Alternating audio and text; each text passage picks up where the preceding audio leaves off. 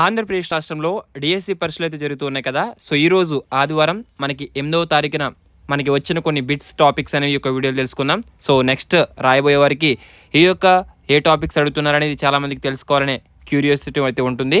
అందుకని మీకు ప్రతిరోజు కూడా మన వెబ్సైట్లో మీకు ఏమేమి క్వశ్చన్స్ అడుగుతున్నారు అనేది మీకు డైలీ కూడా అప్లోడ్ చేస్తున్నాం. ప్రతి ఒక్కరు కూడా మన వెబ్సైట్ని కూడా చెక్ చేయండి. వీడియో డిస్క్రిప్షన్లో మీకు లింక్ అయితే ఇస్తాను. ఆ యొక్క లింక్ మీద క్లిక్ చేస్తే మీకు ఇక్కడ ఇప్పటివరకు తెలిసిన ప్రశ్నలు అయితే ఇక్కడ యాడ్ చేయడం జరిగింది. మరలా ఇంకా తెలిసినవి ఇక్కడ అప్డేట్ చేస్తూ ఉంటాము. సో లింక్ అనేది డిస్క్రిప్షన్లో ఉంది. ఓకేనా.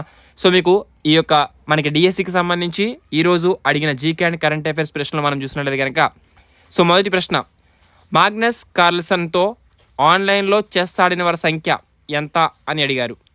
సో ఇక్కడ మాగ్నస్ కార్ల్సన్తో మనకి చెస్ ఆన్లైన్లో ఆడిన వారి సంఖ్య ఇవి ఎప్పుడు ఆడారంటే 2025 ఏప్రిల్ 4వ తారీఖున మనకి కార్లన్స్ చెస్ కమ్ ద్వారా ప్రపంచం వర్సెస్ కార్ల్సన్ అనే ఒక ప్రత్యేక ఆన్లైన్ చెస్ మ్యాచ్లో 1,00,000కు పైగా మంది ఆటగాళ్ళతో ఆడాడు. ఓకేనా. సో ఎగ్జాక్ట్ ఫిగర్ అనేది మనకి అక్కడ ఎంత ఇచ్చారో తెలియదు. దాదాపుగా 1,43,000 ఎంతో ఉంటుంది. సో అక్కడ మనకి ఆప్షన్ బట్టి మనం చూస్ చేసుకోవాలి. ఓకేనా. అలాగే తదుపరి ప్రశ్న, మనకి ఇక్కడ అటార్నీ జనరల్ను ఎవరు నియమిస్తారు అనే ప్రశ్న అయితే అడగడం జరిగింది. సో రాజ్యాంగం ప్రకారం 76వ ఆర్టికల్ ప్రకారం మనకి రాష్ట్రపతి ఈ యొక్క అటార్నీ జనరల్ను నియమించడం జరుగుతుంది. ఇక అలాగే తదుపరి ప్రశ్న, హరిప్రసాద్ చౌరాసియా ఎందులో ప్రసిద్ధి చెందారు? హరిప్రసాద్ చౌరాసియా గారు ఎందులో ప్రసిద్ధి చెందారు? సో ఈయన హిందుస్థాన్ శాస్త్రీయ సంగీతంలో వేణువు అంటే బాంసురి వాయించడంలో ప్రసిద్ధి చెందడం జరిగింది. ఇక అలాగే ఒలింపిక్స్కి సంబంధించి మనకి పారా ఒలింపిక్స్కి సంబంధించి ప్రశ్న అయితే అడిగారు. 2024 పారా ఒలింపిక్స్లో భారత్కు వచ్చిన పథకాలు ఎన్ని? సో మనకి మొత్తం 29 పథకాలు అయితే రావడం జరిగింది. సో ఇందులో మనకి బంగారం ఎన్ని, రజత ఎన్ని, ఇవన్నీ కూడా మీరు తెలుసుకోవాల్సి ఉంటుంది. సో ఇక అలాగే ఇక్కడ మనకి పుస్తక రచయితకి సంబంధించి ఒక ప్రశ్న అయితే అడిగారు. సో మనకి తెలిసిన ప్రశ్న అయితే ఇక్కడ మై వాక్ ఫర్ ఫ్రీడమ్ అన్నారు, కానీ ఇదైతే మనకి తెలీదు. లాంగ్ వాక్ టు ఫ్రీడమ్ అయితే మనకి నెల్సన్ మండేలా గారు. ఓకేనా. ఇక అలాగే మనకి జిఎస్టీ గూడ్స్ సర్వీస్ ట్యాక్స్ అమల్లోకి వచ్చిన తేదీ ఎప్పుడు అని అడగడం జరిగింది. జూలై 1, 2017లో మనకి భారతదేశంలో జిఎస్టీ అమల్లోకి రావడం జరిగింది.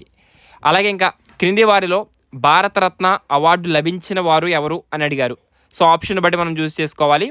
సో ఈ యొక్క టాపిక్స్ అనేవి మీరు కవర్ చేసుకోండి. సో మనకి నెక్స్ట్ టైం మీరు ఎవరైతే పరీక్ష రాయబోతూ ఉన్నారో, అలాగే మీకు కరెంట్ అఫైర్స్కి సంబంధించి, తెలుగుకి సంబంధించి, సో కరెంట్ అఫైర్స్ వచ్చి మీకు దాదాపుగా 400 ఇంపార్టెంట్ బిట్స్ పీడిఎఫ్ అనేది మన దగ్గర ఉంది. ఎవరికైనా కావాలనుకుంటే వీడియో డిస్క్రిప్షన్లో లింక్ అయితే ప్రొవైడ్ చేస్తాను, లేదా మీకు స్క్రీన్ మీద ఒక నెంబర్ ఇచ్చాను.